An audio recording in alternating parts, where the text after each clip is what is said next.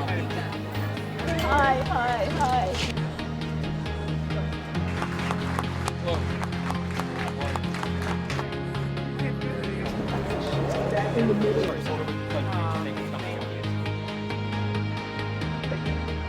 So being that all these candidates are here in Pittsburgh, it's a wonderful opportunity to hear what they have to say and hopefully have a chance to say what we want to say and what's important to us as teachers.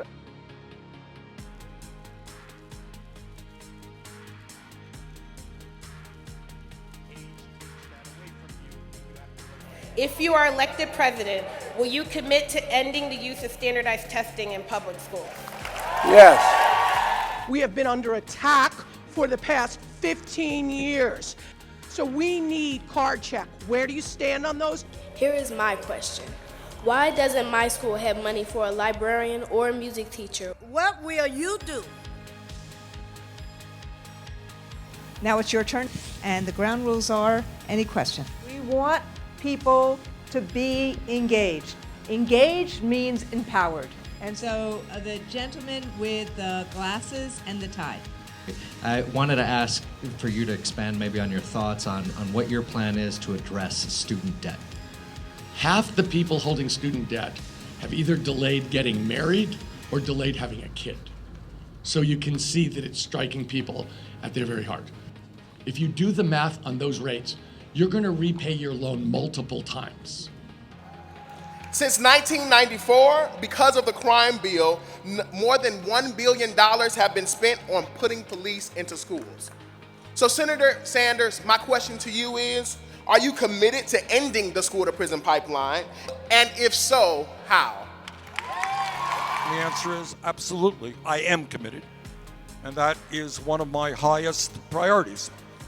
We have a criminal justice system in general, which is not only broken, but it is racist. If you want to keep people out of jail, then you invest in education, you invest in jobs, rather than more jails and incarceration.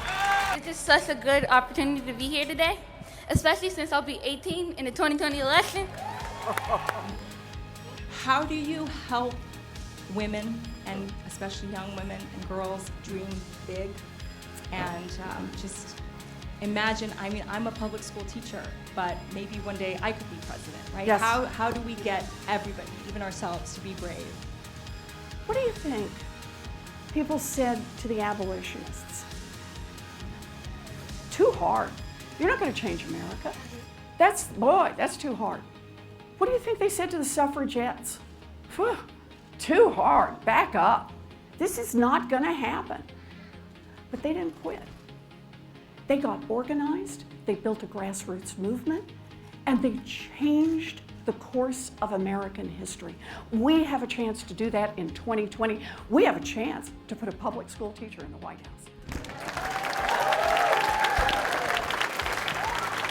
My husband and I have over $100,000 in student loans between us, and we're both teachers. And we have acquired probably over $7,000 in interest alone. If we are supposed to be paying our student loans back, how can we get relief from just the interest alone?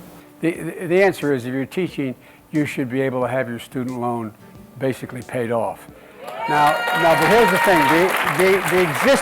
the existing program, the existing law is much too difficult. Too many hurdles that have to be gone through. Too many hurdles. 99% of people who apply for public service loan forgiveness are denied. What can we do to fix this program? So in theory, the public service loan forgiveness program is a great idea. But what good is a program if only 1% of the people who set up for it actually get a benefit? There are all kinds of problems with it. What kind of service qualifies? What kinds of loans qualify? And the fact that you don't get any benefit at all for 10 years, and if you miss even a single payment, then everything is multiplied by zero. If elected, how will you hold local and state governments accountable to protecting our civil rights as students and prevent discrimination in school? Okay, very good question. Thank you.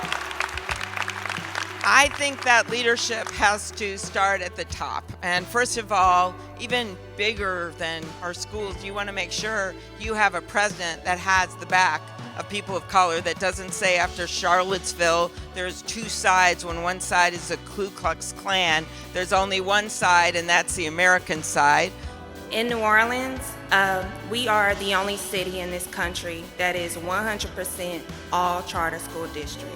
What kind of accountability mechanisms should be in place for charter schools? And our charter schools are held to the same standards as everybody else, and our charter schools are required to have the same percentage of special needs kids and English language learner kids and kids living in poverty. And I'm not saying it's perfect, but it's a heck of a lot more perfect than what almost any other school district in America has done, particularly Detroit, where Betsy DeVos did her worst work of all. So how do we create those programs for what is a fantastic profession where we get to care for people all day as teachers and nurses, and ultimately, with strong unions, have a solid middle class life? What is happening is where we have not funded public education for these tracks, these for-profit colleges have emerged, and they're predatory.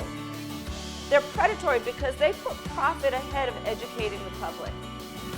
I want to know, as president, what do you have in your arsenal to help with Social Security? Part of the answer to that is the Social Security, is our payroll taxes, but the other part is creating a younger, healthier, vibrant workforce with smart immigration policy.